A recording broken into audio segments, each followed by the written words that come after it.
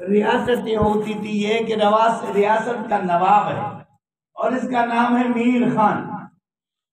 میر خان اس کا نام ہے، ایک علاقے کا وہ نواب ہے۔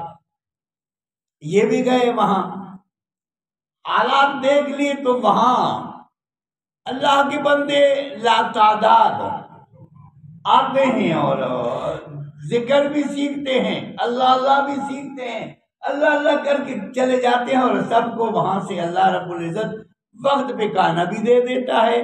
نہ وہاں کارخانہ ہے، نہ دکان ہے، نہ زمین ہے، نہ کوئی آمدنی کا ذریعہ۔ میر خان بڑا پریشان ہو گیا کہ میرے پیر تو یہاں لوگ بہت آتے ہیں، کھاتے چلے جاتے ہیں، اور ان کے پلے تو کچھ نہیں، یہ تو کہاں سے کہلاتا ہے؟ اور یہ سمجھ میں نہیں آیا کہ کون کہلاتا ہے۔ اللہ اکبر ہے۔ کئی دفعہ عرض کیا ہے کہ حضرت عیسیٰ علیہ نبینا علیہ السلام راستے پہ تشریف لے جا رہے تھے، دریا کے کنارے ایک پتھر دے کر جو انتہائی خوبصورت پر ایسے جس نے باقاعدہ پرکار سے برابر کیا ہو، اور اوپر سے باقاعدہ تراشا ہوا پتھر کھڑے ہو گئے۔ اللہ کیسے خوبصورت پتھر بنایا! فرمایا عیسیٰ ذرا ہاتھ اس کو لاٹھی سے مار دے۔ لاٹھی سے مارا تو وہ دو ٹکڑے ہو گئے، اندر سے ایک اور پتھر نکلا جو اس سے زیادہ خوبصورت اور زیادہ متحیر ہو گئے۔ اب وہ اگلے اندر کا پتھر، یا اللہ ایک بہت خوبصورت ہے، فرمایا اس کو بھی ذرا مار دے۔ مار کے تیسرا پتھر اندر سے نکلا جو انڈے جیسے بنا، انتہائی خوبصورت، کوئی اوپر نیچے جگہ نہیں، ایسے جیسے دیکھتے ہی انسان خوش ہو جاتا ہے۔ فرمایا مولا بہت خوبصورت بنایا، فرمایا اس کو بھی ذرا مار دے۔ مار کے تو اندر کیڑا، منہ میں پتا، سبز پتا، 3 پتھروں کے اندر۔ اللہ کون کہلاتا ہے؟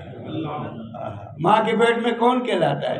فی ظلمات ثلاث، قرآن کہتا ہے فی ظلمات ثلاث، 3 اندورے میں کھلاتا ہوں، اور کیا کھلاتا ہوں کسی کو پتہ نہیں ہوتا کیا کھلاتا ہے۔ رزق کون دیتا ہے؟ اللہ دیتا ہے، اور خود دیتا ہے، کسی کے حوالے یرزق من یشاء بغیر حساب وما من دابۃ فی الارض الا علی اللہ رزقها۔ رزق کون دیتا ہے؟ اللہ دیتا ہے۔ میر خان صاحب کچھ پریشان ہو گئے حضرت کی وجہ سے کہ حضرت کے مہمان بہت زیادہ ہیں اور آمدنی کا ذریعہ نہیں ہے، نہ زمین ہے، نہ دکان ہے، نہ کارخانہ ہے، یہ تو حضرت لٹ گئے۔ اللہ والے لٹتے نہیں ہیں۔ اللہ والوں کا مثال وہاں تو وہ توکل پہ سارا معاملہ چلتا ہے۔ کون چلاتا ہے؟ اللہ چلاتا ہے۔ تو وہ آیا اپنے علاقے میں، اپنے ریاست میں آیا، اور وہاں سے ایک وثیقہ لکھ دیا، اپنے طور پہ بڑا تیر مارا۔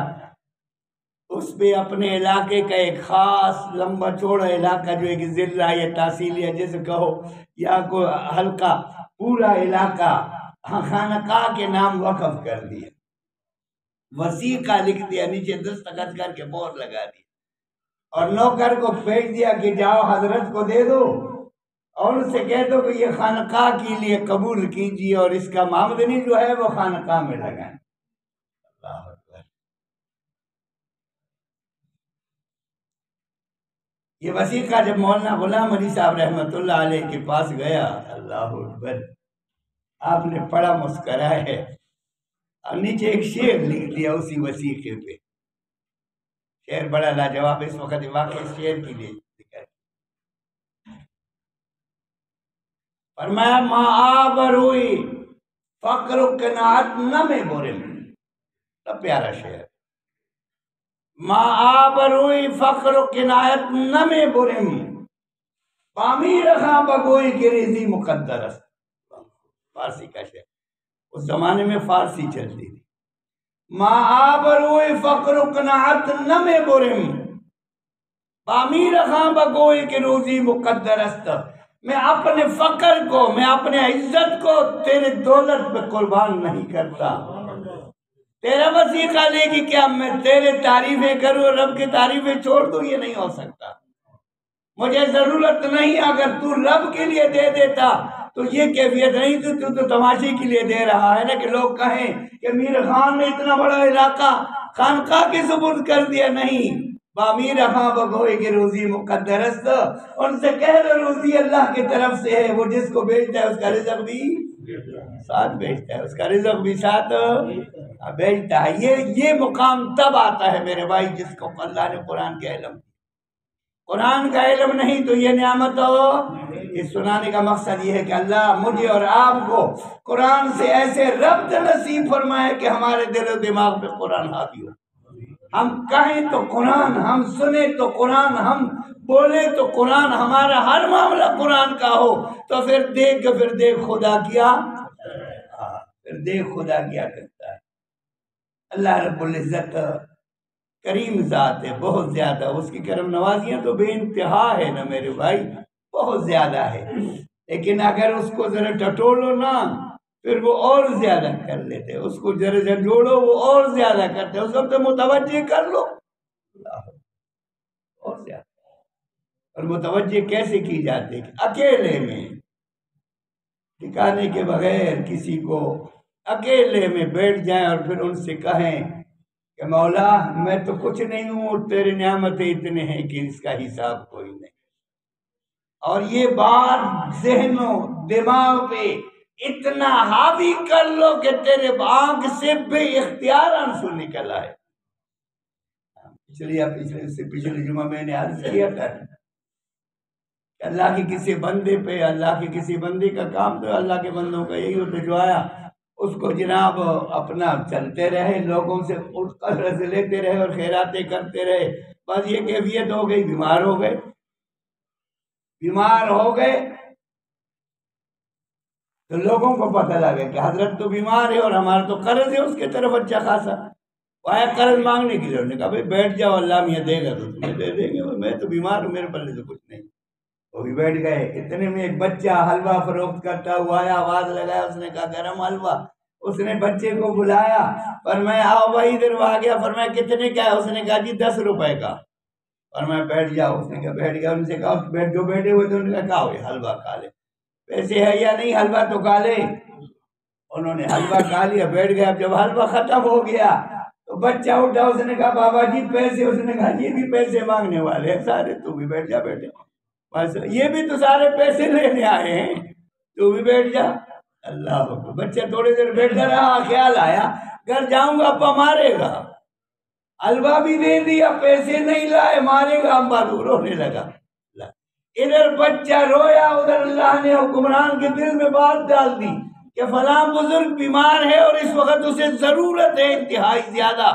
اس نے ایک کباغ پورا سونے چاندی کا یا ہیروں کا بھر کے ان کے پاس بھیج دیا کہ یہ ہدیہ قبول فرما دیجئے، اللہ کی طرف سے. دل میں آ گیا. جب آ گیا آپ نے ان سارے لوگ جو قرض کھاتے اپنا اپنا حصہ اٹھا کے لے جاؤ بھائی، اپنا اپنا اٹھا کے لے گئے. بقایا جو بچ گیا اس بچے سے کہا یہ سارا تو اٹھا کے لے جا، اور میں جن کو سب دے رہے ہو. فرمایا انہی کے رونے کی وجہ سے تو رب نے دیا ہے. اگر یہ نہ روتا تو رب نہ دیتا، یہ رویا تو رب نے دیا ہے. یہ علماء یہ واقعات اس لیے لکھتے ہیں میرے بھائی کہ اس میں بہت بڑا اثر ہوتا ہے. اکیلے میں، بالکل اکیلے. میرے آقا فرماتے ہیں اب یہ آنسو آپ کے آنکھ سے الگ ہو کے آپ کے رخسار پہ نہیں آتا کہ رب سب کچھ معاف کر دیتا ہے اور اپنے رحمت ہے. رب کی طرف سے توجہ ہو تو پھر کام ہو جائے، یقینی ہوتا ہے. اس وقت آپ کے سامنے میں نے 9 پارے سورہ انفال کی چند آیتیں تلاوت کی ہے. اللہ اکبر.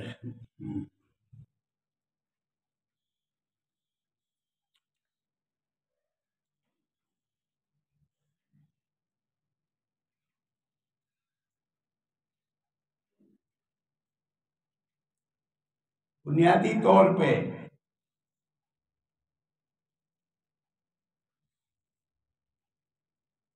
کوشش یہ ہوتی ہے کہ اپنے مضمون میں کسی بات میں جہاد کا ذکر ضرور ہو، اور اس لیے اس وقت پورا دنیائی کفر ایک کام کے پیچھے لگے ہیں کہ جہاد والا معاملہ ختم کرو. ختم تو نہیں کر سکتے لیکن کوشش تو ہے نا.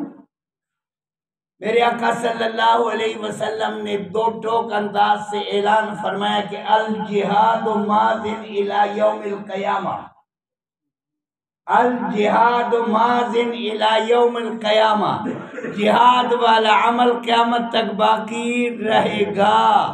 جب میرے آقا نے فرمایا تو کون ختم کر سکتا ہے؟ کسی کے بس کی بات، کسی کی طاقت نہیں ہے، لیکن کوشش ہر ایک اپنا اپنا کرتا ہے۔ اس کوشش سے یہ ہوتا ہے کہ وہ بات جتنا دباؤ گے اتنا ہی ابھرے گا۔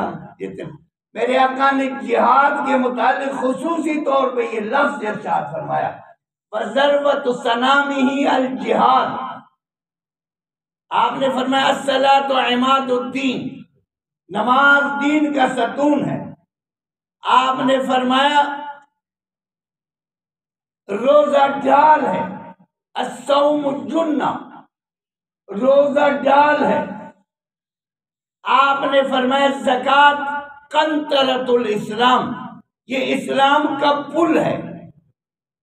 تؤخذ من اغنیائہم وترد علی فقرائہم، یہ غریب اور امیروں کے درمیان جوڑنے کا بہترین راستہ ہے زکوٰۃ۔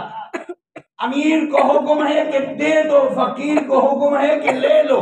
امیر سے کہا چل کے جاؤ، دولت میں نے دی اس کے پاس پہنچاؤ، اس کا دروازہ کھڑکا کے اسے دے دو، تاکہ اس کے ذہن سے یہ بات نکل جائے کہ رب نہیں دیتا، رب دیتا ہے اور یوں دیتا ہے کہ جس کے پاس ہے اسے مجبور کر کے کہ جاؤ غریب کے پاس اور ان کا دروازہ کھڑکا کے، اور احسان بھی ان کا مانو کہ تیرے پیسہ اس کے پاس چلا گیا، یہ نہیں کہ میں نے پیسہ دیا۔ تو کون ہوتا ہے دینے والا؟ میں کون ہوتا ہوں دینے والا؟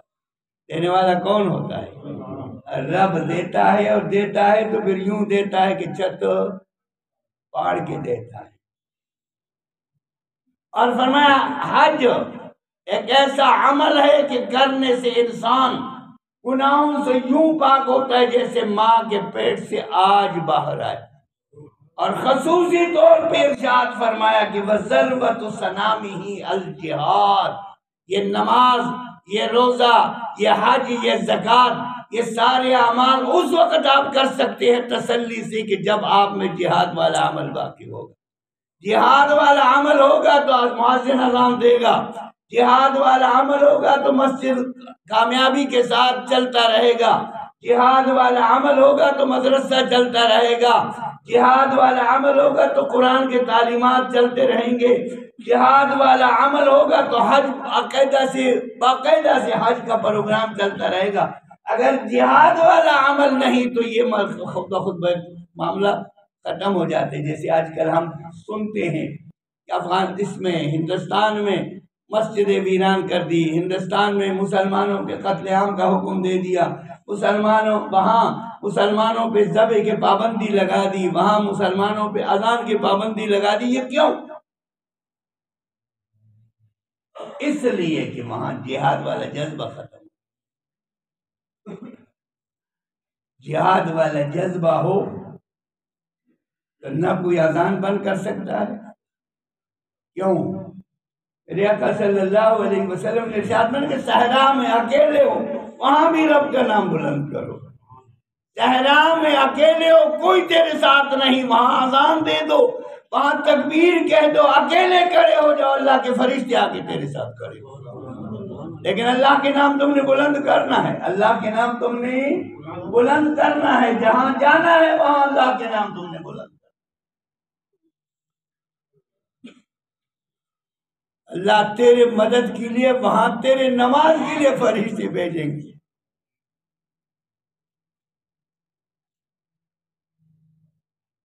اتنے سارے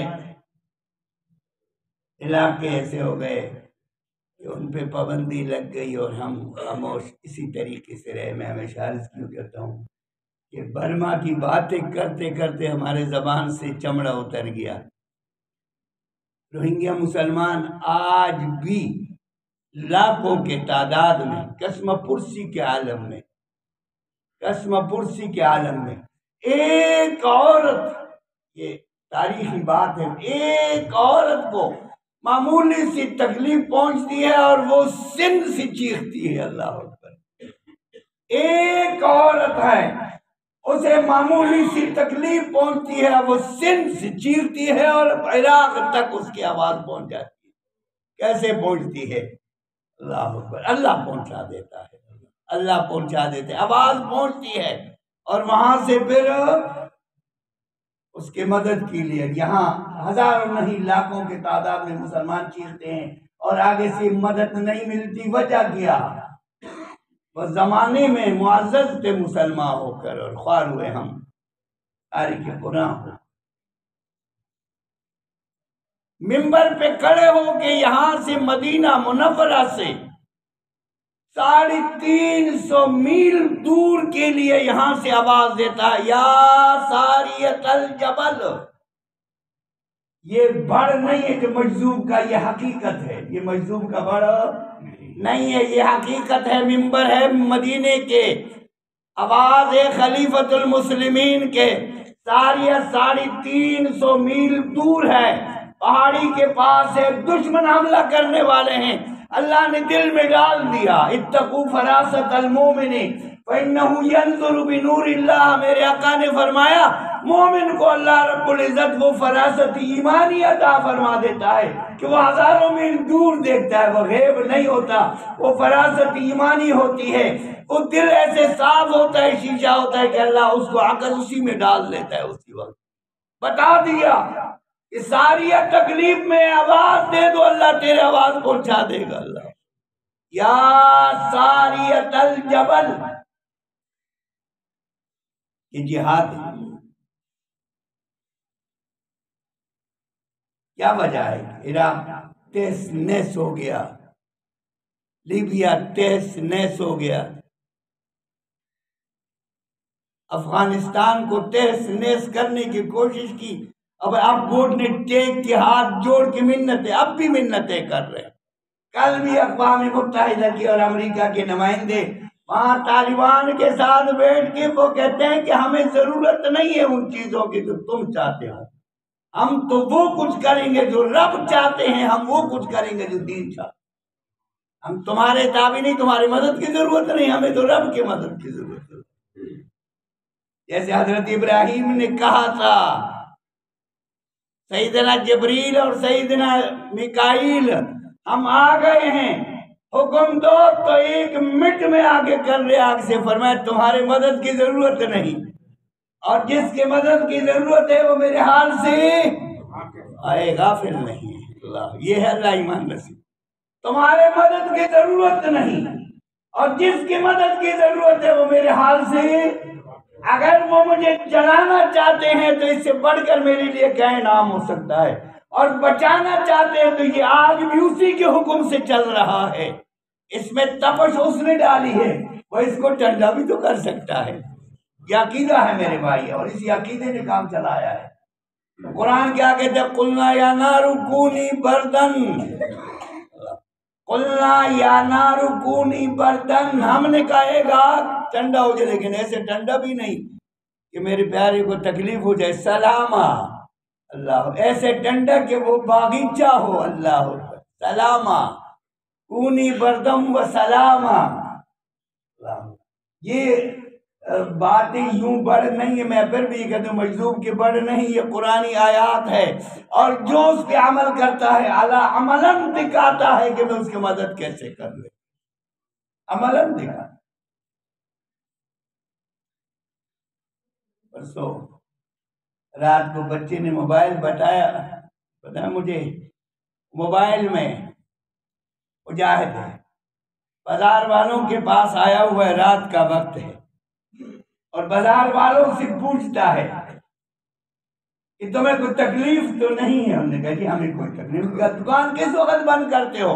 وہ کہتے ہیں پہلے 8 بجے بند کرتے تھے، اب 10 بجے، پہلے وہ آ کے 8 بجے ہمارے دکانیں بند کرواتے تھے، اب کوئی بند نہیں کرواتے، 10 بجے بھی دکان چلتے ہیں، ہم آرام سے کہتے کوئی تکلیف تو نہیں؟ انہوں نے کہا نہیں۔ کوئی تمہیں کچھ کہتے تو نہیں؟ اس نے کہا نہیں۔ کہتے پورا رات بھی دکان چلاؤ تو چلاؤ، ہم تمہارے محافظ ہیں، ہم تمہارے لیے، تمہیں کوئی کچھ بھی اے ہائے۔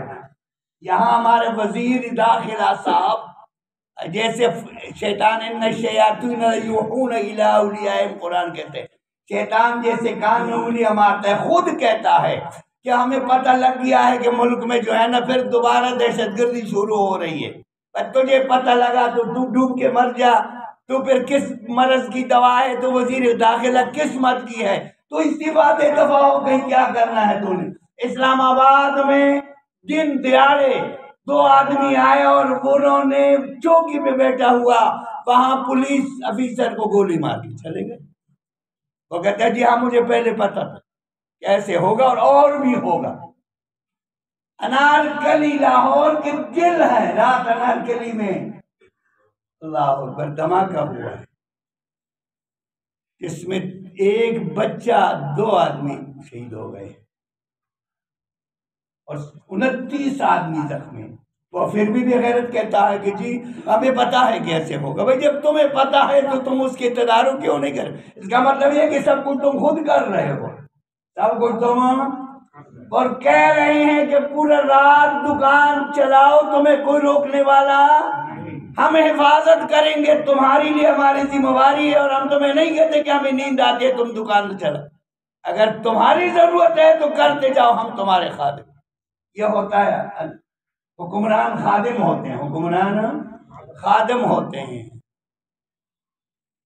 کسی سے کوئی چیز رشوت کی، یہاں تشریف لائے، اگر مسجد میں بھی آئے تو وہاں بھی مسجد کے چوکیداری بھی چلتے چلتے کچھ 10 منٹ روپے 20 روپے دے دو تو کام چلتا ہے، ورنہ آؤ گے تو کیا لے کے آؤ گے اور جاؤ گے تو کیا دے کے جاؤ گے، یہ کیفیت سے کام آگے نہیں چلتی۔ جہاد ایک ایسا عمل ہے میرے بھائی، اگر تیرے اندر جذبہ جہاد کا ہے، اگر اللہ رب العزت نے آپ کو اس وصف سے موصوف کیا ہے، اللہ نے تیرے دل میں اپنے دین کی حمایت کا پورا پورا پورا پورا آپ کے دل میں اس کی حمایت ڈال دی ہے، تو اللہ رب العزت پھر مدد بھی یوں کرتا ہے کہ جس کا کوئی انتہا نہیں ہوتا، یقینی نہیں ہوتا، اللہ کرتا ہے۔ اور یہ ہمارے سامنے ہے، کچھ ڈکی چھپی بات، 20 سال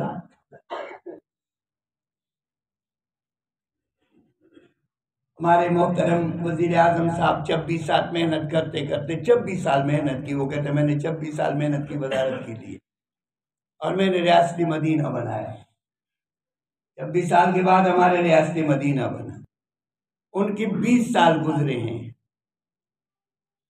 اب ذرا موازنہ کر لے، ریاستی مدینہ کے پاکستان ہے یا ریاستی مدینہ کابل؟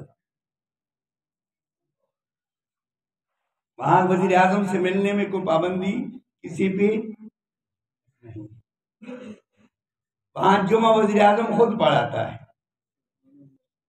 وہاں جمعہ وزیر اعظم خود، وہاں 5 وقت وزیر اعظم جس مسجد میں آتا ہے وہ نماز خود پڑھاتا ہے۔ ہمارے محترم مدینہ ریاست کے بانی ہیلی کاپٹر میں دفتر میں آتا ہے، بس اتنا فرق ہے۔ ان کے ساتھ ملنے پہ پابندی نہیں ہے، وہاں سکیورٹی نہیں ہے، ہٹو بچوں کا چیخ نہیں ہے، اللہ ہٹو بچوں کا چیخ نہیں، یہ مدنی ریاست کا ایک نقشہ ہے تھوڑا سا، اللہ اکبر۔ رات کا وقت ہے، سیدنا عمر رضی اللہ تعالی عنہ چکر لگاتے لگاتے مدینہ منورہ سے باہر نکلے، خیمہ لگا ہوا ہے، خیمے کے اندر دیکھ لے ایک عورت بیٹھی ہوئی، پریشان ہو گئے، اتنی دیر یہاں ایک عورت اس وقت بیٹھی اور باہر مدینے سے، یہ کیسے؟ اجازت طلب کی، اس نے اجازت کی، بیٹھ گئے، اس محترمہ سے پوچھا کتنا عرصہ ہو گیا، اس نے وقت بتا دیا اتنے دنوں سے یہاں۔ کہتے تیرے یہاں کاروبار کیسے چلتا ہے، تیرے وقت کیسے گزرتا ہے، تیرے گھر کے خرچے کی کیا نوعیت ہے؟ کہتے رب دیتا ہے، پتہ نہیں کیسے دیتا ہے، دے دیتا ہے مجھے، بھوکے میں کبھی نہیں سنی۔ اللہ اکبر، سننے والی بات۔ اس نے کہا تو نے امیر المومنین کو اپنی کیفیت نہیں بتائی، مسکراتے ہوئے فرمایا اسے امیر کس نے بتایا، کس نے بنایا جس کو اپنے رعایا کا پتہ نہیں، اس کو امیر کس نے بنایا ہے جس کو اپنے رعایا کا، وہ پوچھے گا یا میں پوچھوں گی، میں چاہوں گی اسے کہ اپنی شکایتیں کروں گی یا وہ آ کے پوچھے؟ فرمایا تیرا کتنا وقت ہو گیا؟ اس نے وہ وقت بتا دیا کہ میں اتنے وقت سے یہی ہوں۔ فرمایا اتنے وقت میں تجھے کچھ نہیں ملا؟ نے کہا کچھ بھی نہیں ملا۔ فرمایا تو بہت زیادتی ہوئی۔ فرمایا اللہ خود پوچھے گا امیر المومنین سے جس نے ایسے کیا۔ اللہ اکبر۔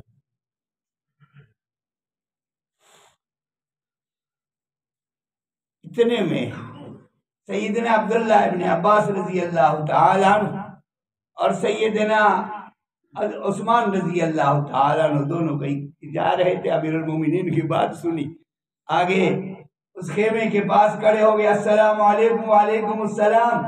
امیر المومنین یہاں کیا کر رہے ہو؟ اللہ اکبر۔ عورت نے دیکھا کہ یہ تو امیر المومنین خود بیٹھے ہیں۔ اللہ، اس نے کہا امیر المومنین آپ؟ اس نے کہا ہاں۔ فرمایا تم اتنے دیر کہاں تھے؟ یہاں آ جا رہے ہو، پہلے کہاں؟ فرمایا غلطی ہو گئی، مجھے معاف کر دو، مجھے معاف کر دو، اور آپ کو جتنی پریشانی ہوئی، جو بات سنانی ہے وہی، آپ کو جتنی پریشانی ہوئی ہے میرے وجہ سے، اس کی قیمت لگاؤ تاکہ میں آپ کی قیمت یہاں تجھے ادا کروں۔ جتنا وقت آپ نے گزارا، آپ کا جتنا خرچہ ہوا، آپ کو جتنی تکلیف ہوئی، اپنا وہ تکلیف سارا میرے پہ بیچ دو، میں اس کا اجر ادا، اب اس کا وہ جو ہے قیمت ادا کر لوں، تاکہ اللہ مجھے قیامت کے دن عذاب سے بچا دے۔ اس نے کہا میں کیوں چھوڑوں؟ میں کیوں چھوڑوں؟ میں تو نہیں چھوڑوں گی۔ سیدنا عمر نے فرمایا آپ کو چھوڑنا پڑے گا، اور میں یہاں سے نہیں اٹھوں گا اس وقت تک جب تک کہ آپ مجھے معاف نہیں کرو گے۔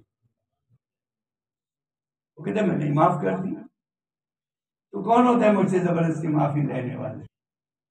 اللہ ہمیں بھی ایسے ایمان نصیب فرمائے کہ ہم پوچھ سکتے ہیں۔ جی ہم اس کو نیازی کہے تو ناراض ہو جاتے ہیں، دوسرے چھیڑتے ہیں اسے کہ وہ نیازی، بھائی نیازی تو ہو خدا کے بندے، چھیڑتے کیوں ہو؟ پٹھان کو کوئی پٹھان کہتے، پنجابی کو پنجابی کہتے، کوئی گالی تو نہیں ہے؟ کہتے ہیں جو مجھے کہتے ہیں عمران خان نیازی ہوں، مجھے گالی نہ دے۔ ٹھیک ہے جی، شہباز شریف سے کہہ دو نہ دے، ہمیں کوئی ضرورت تو نہیں، ہم تو نہیں کہتے۔ سیدنا عمر نے اللہ اکبر اس بڑھیا کو راضی کر لیا۔ اس نے کہا 25 دینار دینا پڑے گا، لیکن سوچ لو جتنے کہوں گے اتنا دوں گا۔